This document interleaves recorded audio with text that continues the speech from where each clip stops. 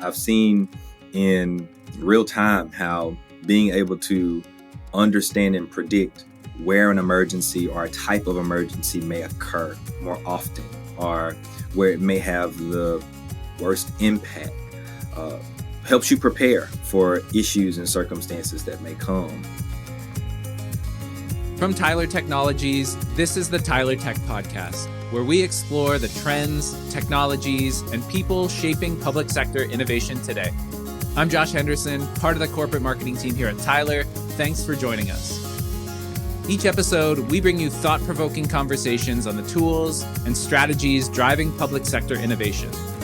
If you enjoy our podcast, please consider subscribing, giving us a 5-star rating, and sharing the show with others. In today's episode, we're talking about data and how it can help governments be more resilient, transparent, and innovative in the face of challenges. With Open Data Day approaching, it's the perfect time to explore how data can empower residents, improve decision-making, and drive meaningful change. Data allows people to stay informed and gives public sector leaders the insights they need to enhance services, foster economic growth, and strengthen their ability to adapt to disruptions.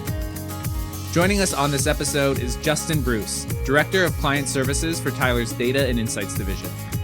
Drawing from his experiences deploying open data solutions for the city of Jackson, Mississippi, Justin will share key insights on how governments can harness data to drive transparency, improve engagement, and make informed decisions.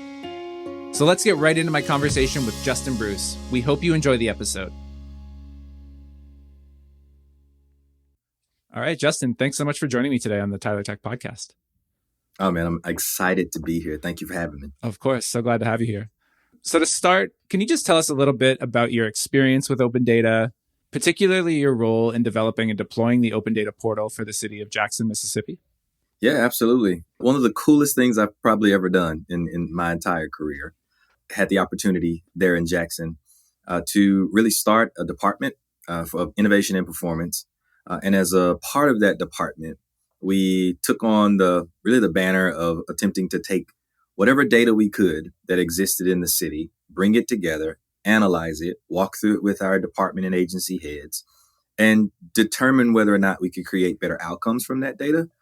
As a result of that, we also attempted to take that data, clean it up in a user-friendly way, and provide it to the public so that they could have some level of interaction, right, with the truth of what their government was doing, and so that they could ask, honestly, better questions, harder questions, tougher things of us as a government agency to drive and force us to be better. So it was kind of a two-sided coin, for lack of better words, right? Both internal efficiency came from surfacing that data, and some external trust, I think, was built when we share the nuts and bolts of what is actually going on behind the closed doors of government.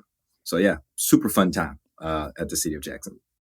So Justin, Open Data Day is a global celebration held annually every March, sort of promoting data to drive innovation and public sector improvements. It's also an opportunity to highlight the value of transparency and accessibility in government data. Why do you think data is such a critical component for public sector organizations today?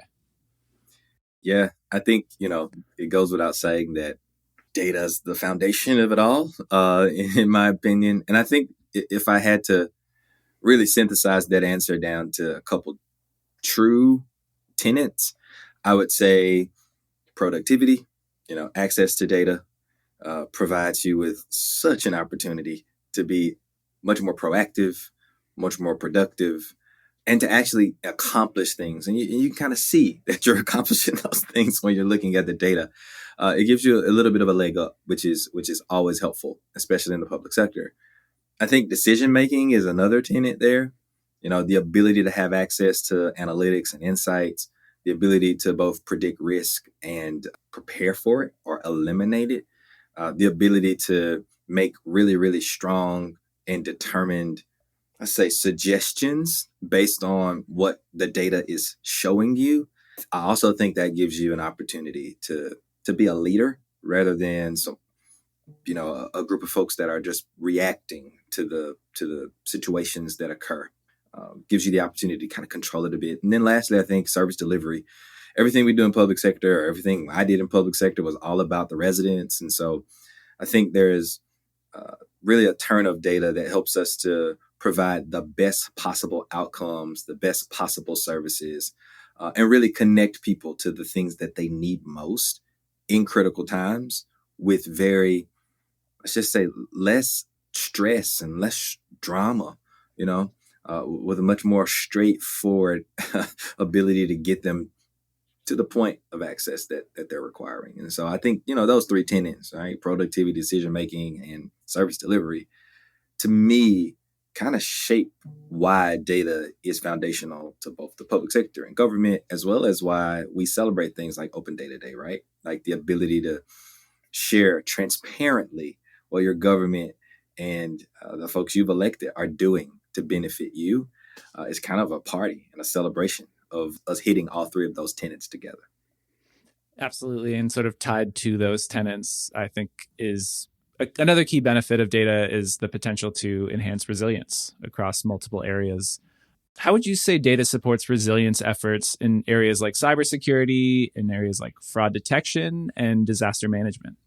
Yeah, I think, across all of those areas, the common consistency I would see is within all of them, you want some form of data analytics or predictive analytics, or you want some form of data lens that you can apply to your data to see and understand really the scope of what you're dealing with.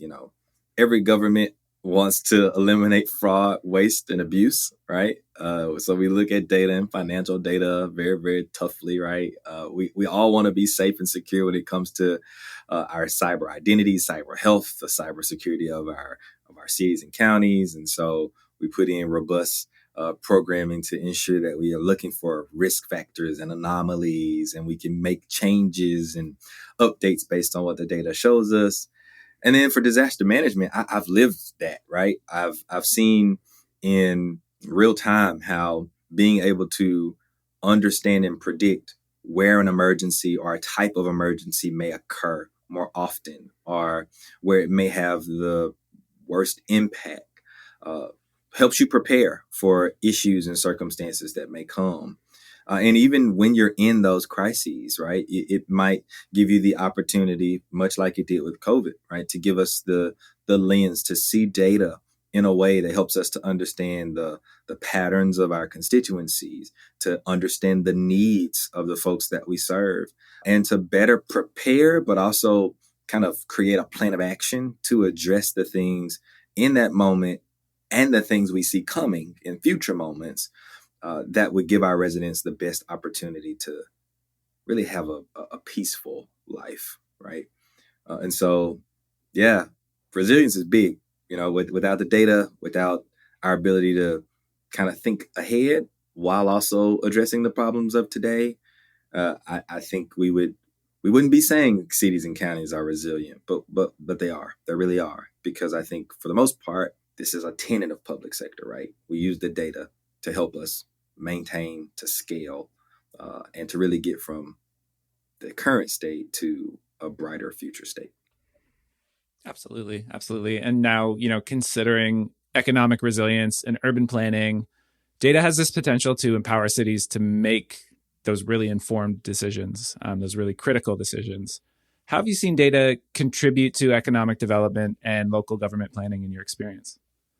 Yeah, a couple different ways, I think. One is, as a city employee, one of the things I always wanted was the best for my city, as anyone would, and that means sometimes bidding on opportunities. That means sometimes going after events and marathons and you know games, international games that may come, and those types of things have strong economic impact. Right, when you bring in hundreds of thousands of people to participate in an event, you get quite a boost, and you like that when that happens. And so, having market research, having research about your city, understanding the challenges that hosting an event of that nature would bring to you, all those things help you to form a really robust response or create a really robust plan.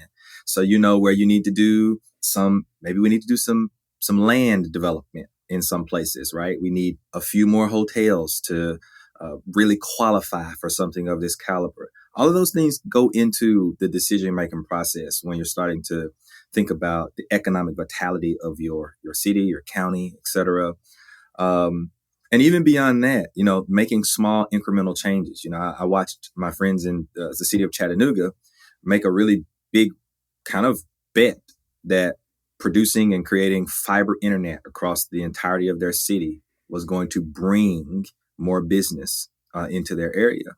That's a infrastructure investment that led to very great economic development. Businesses absolutely wanted to move in to take advantage of fiber in a time where fiber was, far and wide, hard to acquire. So it was those types of, we think they're really, really small decisions, but underneath the surface, they do have major impact, right?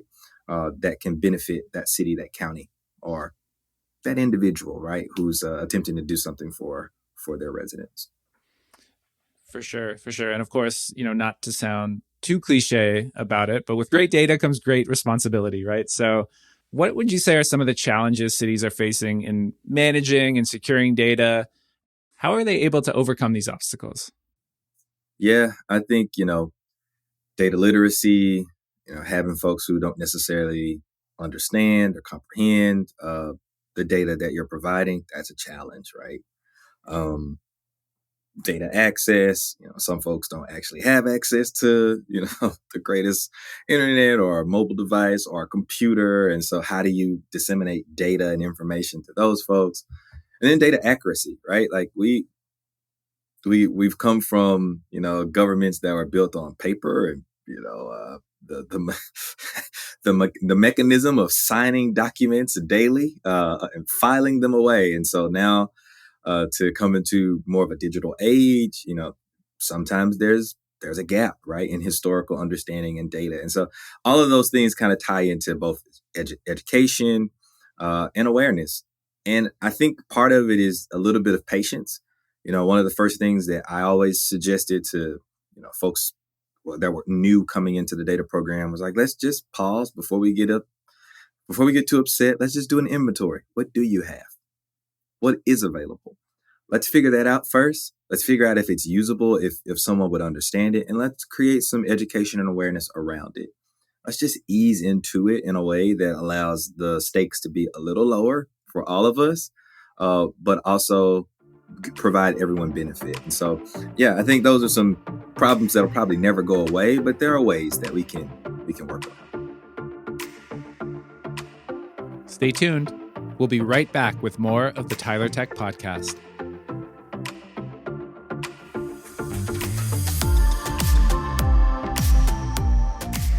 Hey there, Tyler Tech Podcast listeners. Have you heard the buzz? Our annual user conference, Tyler Connect 2025, is officially on the horizon. And I'm here with my colleague Jay Champion with some exciting news to share. That's right. Early registration is now open, and trust us, you don't want to miss this. Mark your calendars for May 11th through May 14th, 2025, because we're heading back to sunny San Antonio, Texas. I can picture it already. The unique charm of historic Market Square, the vibrant Riverwalk, and of course, the iconic Alamo. And let's be honest, it's not just the location that makes Tyler Connect a must-attend event. Absolutely. Tyler Connect is one of the largest gatherings of public sector professionals, and it's your chance to collaborate with peers who are solving challenges with innovative solutions. It's packed with product training, network opportunities, and inspiration to help you and your team thrive. Whether you're a first-timer or a Connect veteran, this conference always delivers. And let's not forget, you'll leave with new knowledge, practical tools, and meaningful connections to apply in your work and share with your teams. Head to tylertech.com/connect to take advantage of our early registration pricing, which secures your spot for an unforgettable time in San Antonio. We can't wait to see you at Tyler Connect 2025, a place to empower, collaborate, and imagine what's possible for the public sector, all in the heart of Texas. Now let's get back to the Tyler Tech Podcast.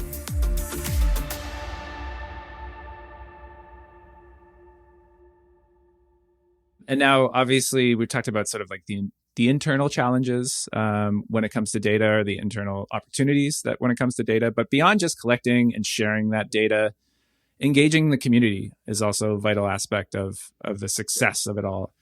How would you say public sector organizations can foster better engagement and collaboration with residents using data initiatives? Yeah, I think, the first thing is the data has to tell a story. Ones and zeros don't always translate for everyone. Sometimes charts and graphs are a better representation of data to someone who's not familiar with a spreadsheet. Sometimes being able to bullet point the highlights of what something is sharing or showing, or a trend that's important. You know, and so I think it's about making sure we meet people where they are. Right. We live and breathe in spreadsheets every single day. So throw me a couple functions and I'm happy. But for my family, my wife, anyone else that's just a normal resident, there could be some issues there, right? With being able to translate, you know, data in its rawest form into something that is cohesive and that makes sense. And so I think that's the first place to start. In order to engage the community, we've got to be able to provide them with context that helps them to understand what exactly we're showing them, we're telling them, and why it's important. I think that's really great perspective there. Thanks so much for that, Justin. And now, obviously we work in the tech space. Technology continues to evolve. It's evolving rapidly. It's beyond our control, sort of how quickly all this stuff is evolving, but it's influencing how data is used and accessed as well. What emerging data trends do you see sort of shaping the future for public sector, and whether or not there's, any sort of consequences or opportunities there that you can share? Yeah, I think, to be very frank, a few years ago, it was machine learning. People were knocking down the doors of how can we let data be used in machine learning and predictive analytics and predictive models so we can figure out forecasting for all these other things. Today, I think it's no surprise that is it. It's AI. AI is the biggest, really, trend and friend of technology right now that exists. And I think there are a couple different takes on it. My take, as a former govie and as someone who now works in the private sector and works with, folks like like like me, who are like me. I think AI is going to be a game changer for the public sector. I think that there are some who believe it is a mechanism in a way to, limit human jobs and interaction and all that stuff. From my lens, just being honest, I actually think what AI is going to do is provide, especially in public sector, greater efficiency that allows the humans to get to the core issues and problems that face us and solve those. Like it's clear to me that if problems could have been solved by algorithms, right, and arithmetic, we would absolutely live in a perfect society by now. That's not true. It takes some human thinking, right? So there's that component of using technology to benefit the common good that I think this trend in AI eventually is going to land us in, especially dealing with public sector folks. Yeah, I mean, it's no surprise to me that your answer to that question was AI. Pretty much comes up in every time we sort of are, future focused near the latter half of these episodes. So no surprise there. Well, thank you so much, Justin, for this conversation. It's been really, really great. I just have one last question for you. For cities or organizations sort of just getting started with data initiatives, what advice would you give them, or what advice would you offer them to ensure successful implementation and long-term value? Yeah, I would first off say, number one, you're doing the right thing by opening the lid, looking through the cupboard, and seeing what's in stock. That's number one. It's amazing. The second thing I would say is don't be surprised at what you see and what you find as you continue the journey of becoming both data mature as well as attempting to implement these data practices and data standards throughout your organization. So, and maybe I skipped over that.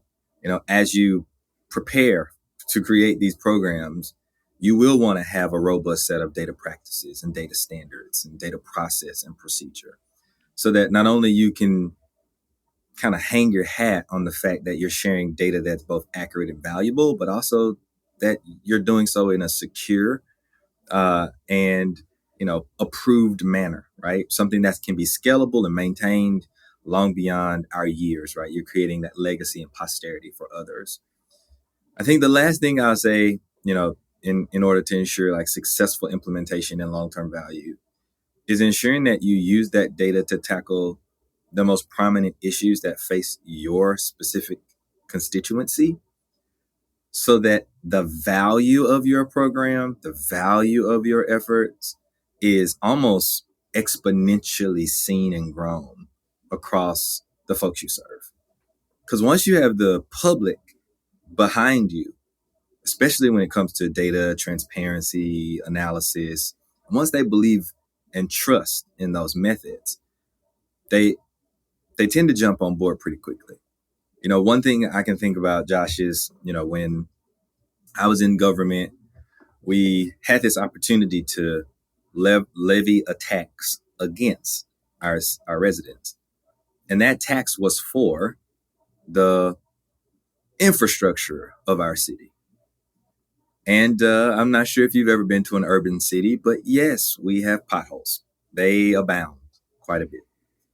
So what the citizens wanted us to do was take every single penny of that money and put it towards street repaving.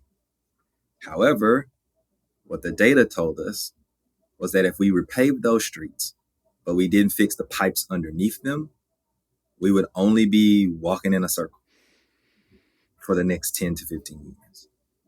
So, like I said earlier, we had to kind of trust the data. We had to tell the story. And then we had to make sure we got buy-in and trust from the citizens to understand that our desire was not to go against their will. It was to do it in the most efficient way possible so that they wouldn't keep being plagued by really a systemic issue where for decades people would just slap a Band-Aid over something, call it done. And so I would say, if you want to have some sustainability and you want this thing to actually work, you've got to be okay with knowing that the data is also going to show you some things that maybe you don't want it to show you, but they will be beneficial and efficient and helpful in the future. And so, hey, I love it. I think anyone who's after, data efficiency and data transparency will love it too. So I guess my only last comment would be, best wishes to anyone that's getting started, best wishes to anyone that's doing it. And if you ever think you needed some support, you got this guy rooting in your corner, hoping that you win and that your residents are happier for it. What a perfect place to wrap things up. Yeah, and we're awfully lucky to have you here at Tyler, and we'll absolutely have you back on for a future episode. So really appreciate you taking the time today. No, thank y'all. Thanks for joining us for this conversation with Justin Bruce, Director of Client Services in Tyler's Data and Insights Division. Data plays a crucial role in helping governments foster transparency, innovation, and resilience in their communities. By making information more accessible and actionable, governments can empower residents, drive economic growth, and make informed decisions that lead to stronger communities. At Tyler, we're dedicated to providing the tools and expertise public sector organizations need to harness the full potential of their data. And with Open Data Day right around the corner, it's a great time to explore how your organization can leverage open data to better serve your community. If you'd like to learn more about what we discussed today, check out our show notes for additional resources. Let us know your thoughts by filling out the survey linked in the show notes or reaching out to us anytime at podcast@tylertech.com. Be sure to subscribe, rate, and review the podcast so you won't miss any upcoming episodes, where we'll continue exploring the innovative ways technology is empowering the public sector. For Tyler Technologies, I'm Josh Henderson. Thanks for listening to the Tyler Tech Podcast.